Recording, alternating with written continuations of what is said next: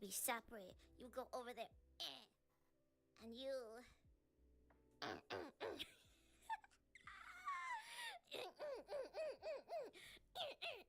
I can finally beat you up. I have unlimited power. This is what happens when pebbles are bad. Okay, are you watching, Pebble, over there? Are you watching as your Pebble friend gets beat up? Watch this. Watch, are you watching? He's watching. Okay.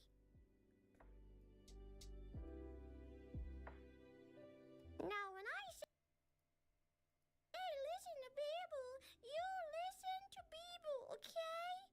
No, you won't listen to Beeble. No. This mosquito will suck you dry. At first, I thought this was an animatronic. I didn't think this was actually a thing. Then I saw it move and I realized it's real. This video was sent to me through Instagram DM. It shows this large winged insect, and you'll notice it kind of bears a resemblance to a mosquito in some ways.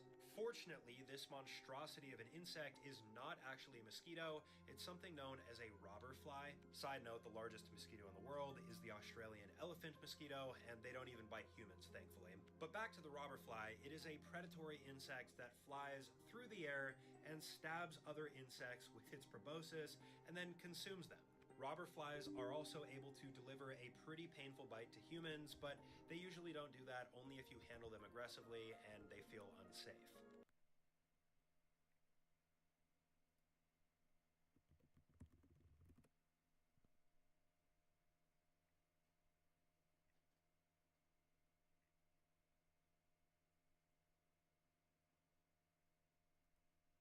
A question a lot of people have is aim training worth it?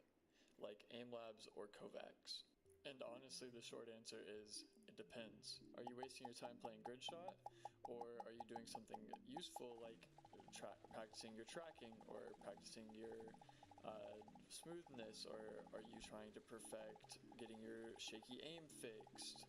Now don't get me wrong, aim training is not for everybody, but it will help your consistency, it will help your overall aim, you can be as confident as you want because there's no repercussions, but do not make mistakes like trying to go too fast. All it's going to do is trick your brain into shaking because it's trying to overcompensate for the lack of skill you have. And I mainly wanted to make this video because I've kind of been obsessed with the thoughts of aim training and aim in general, and I wanted to give some tips and things that I've been doing to try to improve my aim in general. And one thing I learned the hard way is your mouse size does matter. Tasks to isolate wrist and arm. In this clip, we see how Skooky isolates his wrist move. Fortnite is a shooter game, so why don't the best players in the world train their aim? You'd think that with millions of dollars on the line every single year, getting better at shooting people would probably be a pretty valuable skill in a shooter game, but apparently not. So why don't they do it? It's something that always seemed super obvious to me, like, you're the best player in the world, you want to hit more shots, why don't you actually train your aim? And this question has always been something that's really interesting to me, so I actually took some time to look into it. Not only did I ask the pros themselves, but I also spent 1 hour every day for 30 days training my own aim to see what kind of results it would actually bring. So what does aim training in Fortnite actually look like? Well, most of it's designed to train your mouse control, which I'm going to vastly oversimplify by splitting up into 3 categories. Tracking, which is the skill of keeping your crosshair on an opponent as both of you move. Flick timing, which is the skill of being patient and waiting for your crosshair to be over the correct target before shooting. And target switching, which is your ability to smoothly switch from target to target without massively over flicking. The small minority of people who actually do aim train their aim nearly all use Kovaaks Aim Trainer, but when I started this challenge, Fortnite also had bullet drop on all guns, so as part of my training hub practice map I built, we added a ton of aim training sections so that I could actually transfer these skills over. Plus, not everyone is on PC, has bought Kovaaks, or plays on keyboard and mouse, so people could just use this instead if they want to. So I started my 30 days aim. Oh my god, this is so boring. Now don't worry, I'm not going to show you too much of the actual aim training in this video because I'd prefer it if you were actually awake, But oh my god, is this a tough 1 hour to get through every single day. Every day, I would basically do 45 minutes of Kovaaks, and then 15 minutes of aim training in the training hub. And then I'd just move on to playing.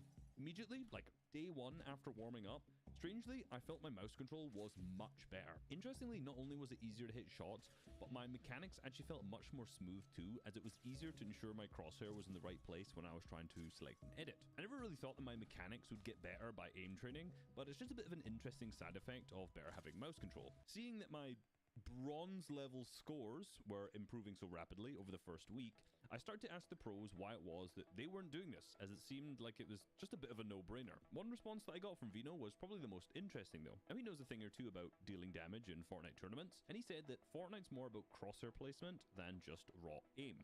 Now mouse control is a massive part of aiming for sure, but hitting shots is 100 times easier if you don't really actually have to move your mouse at all. In a lot of shooter games like Valorant and Counter-Strike, crosshair placement is kind of just a given. For the most part, the maps are relatively flat, with few corners and peaks that opponents can be hiding in, so naturally players' crosshairs are drawn to these areas as they're moving around the map, and crosshair placement is just kind of complete basic in most of these games. However, Fortnite is much more complex than that, with players surrounding you in all different directions in an ever-changing environment. These other shooters don't have the building and editing mechanics that constantly keep your crosshair moving around at high speeds, and they don't have the third-person camera that Fortnite has, where moving your crosshair away from a peak can actually give you a visual advantage. So it's no surprise that the average Fortnite player's crosswind placement is just kind of cheeks. But Vino is really right on this one. By placing your crosshair ahead of opponents and waiting for them to walk into it, it makes it infinitely easier to hit large damage shots, as all you really need to do is worry about your click timing. Now this is tough to do, but it's an integral part of learning good right hand peaks, and this also applies to long range aim, as placing your crosshair ahead of a move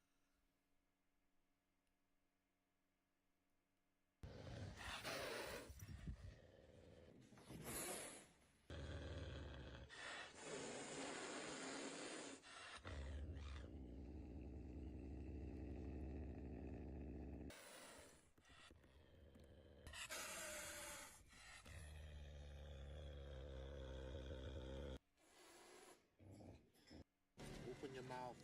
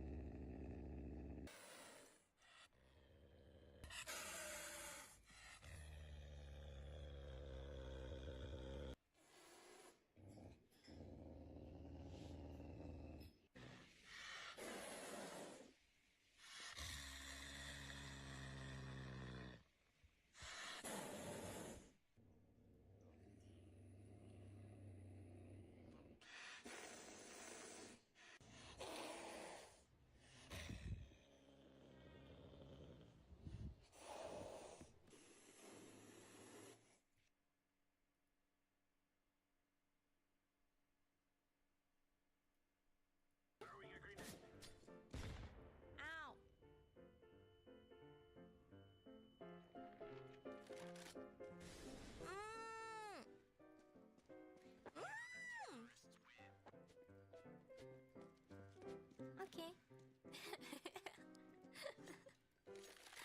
Why would you throw a bomb at me? We're gonna F. My team is very toxic. I want you guys to take the game seriously. Ugh. Let's go, let's go. Yeah, CS:GO may not be the best streaming game. Flashbang. Okay. Throwing flashbang. Deploying flash. You think I won't? You think I won't? You think I won't do it? Oh, fuck you! Yeah! Ah. I'm sorry. I didn't mean it. I didn't mean it. You wanna go next? You guys are gonna get me banned! You're gonna get me banned! Stop!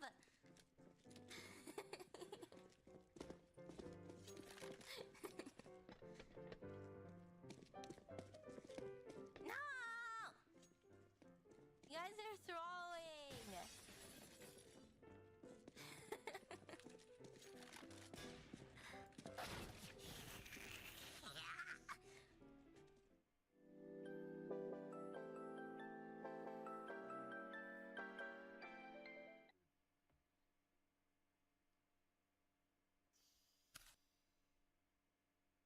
Tonight, the information superhighway and one of its main thoroughfares, an online network called Internet. I guess they can communicate with NBC writers and producers. Allison, can you explain what Internet is? It's a growing grid of independent computer networks interlaced.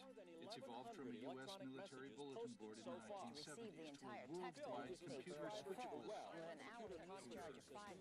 You need a computer and a phone. Ultimately, you're part of an international programs, archive, ideas. As the internet continued to grow in the mid to late 1990s, it would come to transform society on a global scale. The biggest change came in the form of instant communication. As long as you had an internet connection, you could talk to anyone on Earth, assuming of course they were also connected to the internet. And around the millennium shift, you had over 350 million connected people to choose from. The thing is, the internet was not designed with things like anonymity and privacy in mind, so everything you do and say online can, and in many cases will, be tracked, recorded and traceable back to you. Some people are very concerned about their privacy, and in the mid-1990s, one such group of people was the United States federal government. A team of computer scientists and mathematicians working for a branch of the US Navy known as the Naval Research Laboratory, abbreviated as NRL, began development of a new technology known as onion routing. Onion routing would allow for anonymous bidirectional communication, where the source and destination cannot be determined by a midpoint.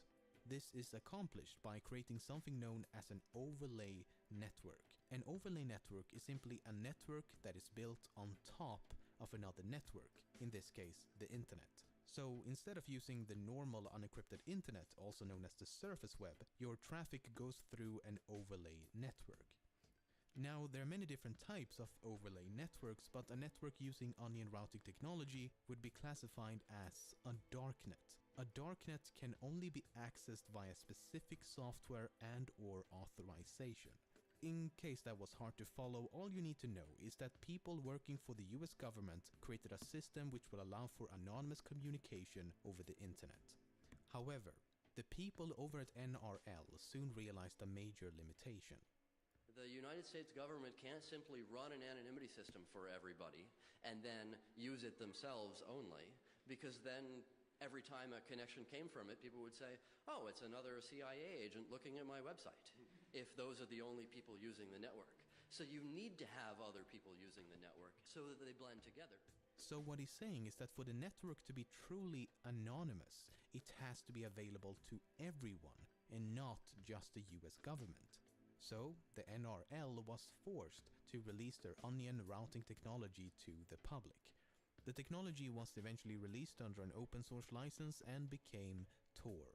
Tor stands for the Onion Router and is the software you need to download to be able to access this network of Onion routers. Today, millions of people across the globe use Tor for a multitude of purposes, everything from innocent daily browsing to criminal activities. And while it is the most popular, Tor is but one amongst numerous darknets. Together, they all make up the dark web. Subsequently, the dark web forms a small part of the deep web. The deep web is everything on the web that cannot be indexed by search engines. It's nothing like the dark web, as most of us use the deep web all the time. If you visit this link, you will find an unlisted YouTube video on my channel. This can be classified as deep web content. I know it's a bit anticlimactic, but yeah, this video exists on the deep web simply because no search engine can find it. Other examples of deep web content includes online banking, Netflix, webmail, dynamic pages, databases, and everything that's password or paywall protected. As you can imagine, the deep web has a lot more content than the surface web. How much more? Well, we don't know, because by its very nature it's near impossible to determine. A paper from 2001 estimated that the deep web is 500 times the size of the surface web. But then again, that estimation is over a decade old. All we can say for certain is that deep web content accounts for the vast majority of the content on the World Wide Web.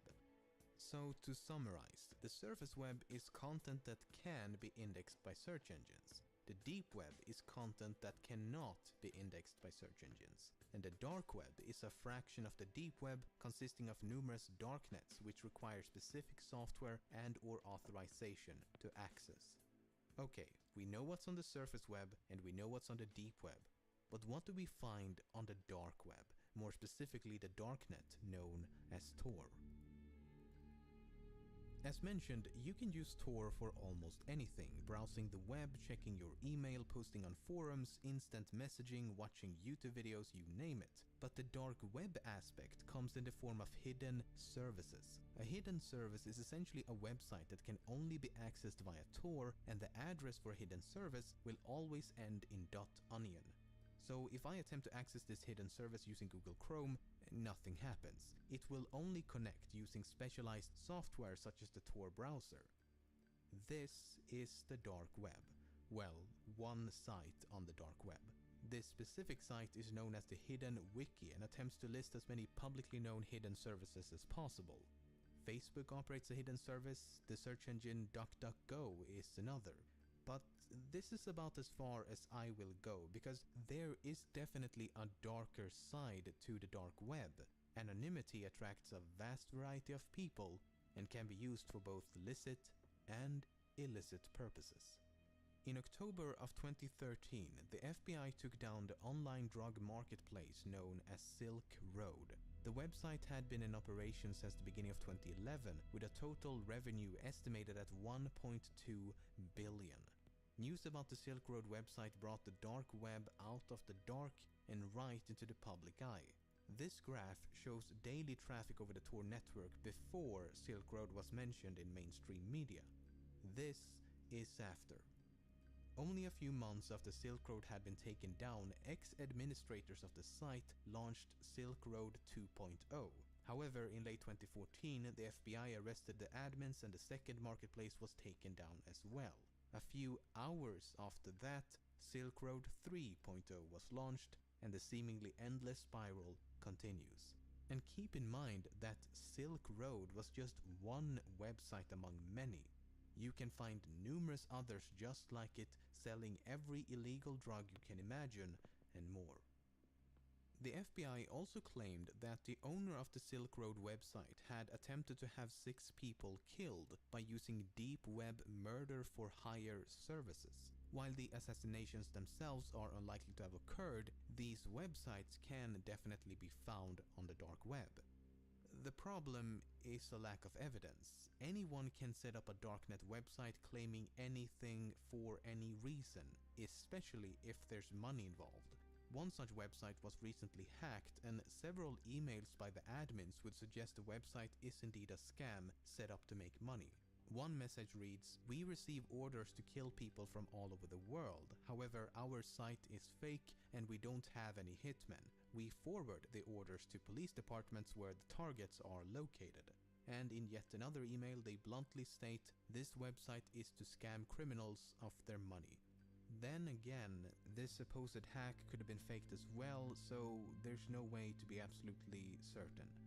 Unfortunately, the dark web has some much more depraved and gruesome extremes. Many websites contain various forms of sexualized torture and killing of animals, and child pornography sites are a huge problem on the dark web. A site known as Lolita City, which has now been taken down, contained over 100 gigabytes of photos and videos and had around 15,000 members. Another website known as Playpen was taken down by the FBI in 2015, which may have been the largest child pornography site on the entire dark web, with over 200,000 members. There's somewhat of an urban legend known as Red Rooms. A Red Room is a live stream of a person being tortured and or murdered for the entertainment of others. Supposedly, the viewers may even interact by typing down instructions. Again, there's no evidence of this ever taking place, but the myth persists. Not too long ago, a .onion link appeared on various forums which would take you to a page claiming that a Red Room style livestream would shortly begin. The victims were supposedly captured ISIS terrorists, and the soon-to-be killers promised hours of torture. Though the first hour would be family friendly. You know, for all the kids staying up late to watch a person being brutally murdered live on the dark web. After much morbid anticipation, the live stream went live and viewers were greeted by a plate of bacon.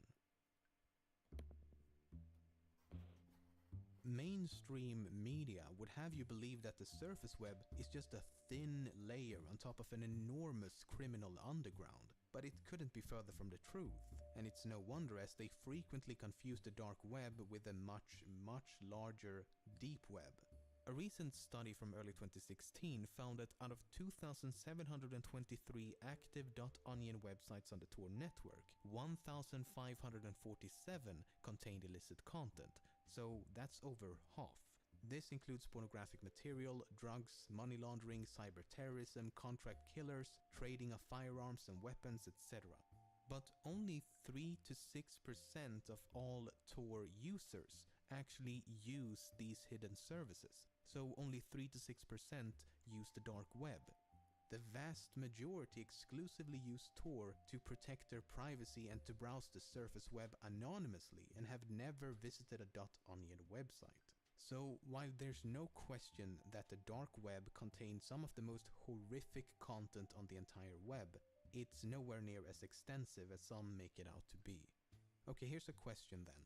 How do you prevent criminals from using these services while still allowing lawful citizens to protect their privacy? The answer is quite simple. You don't.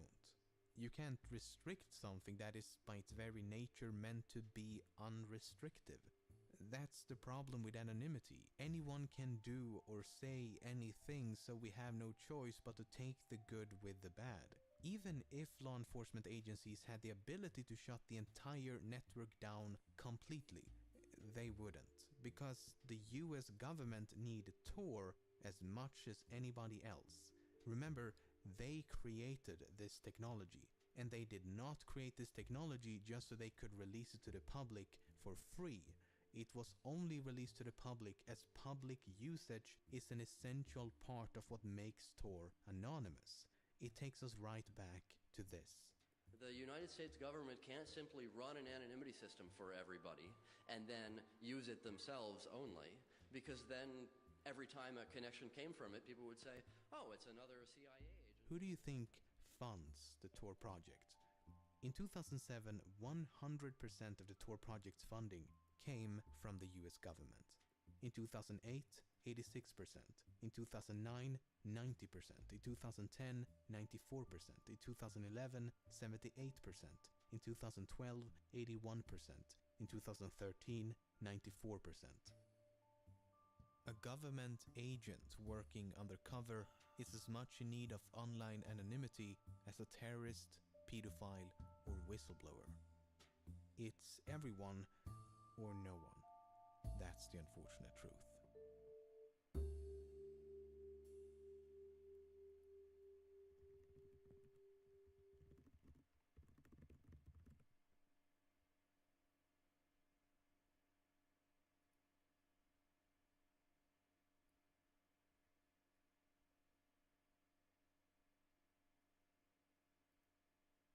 Just let me know.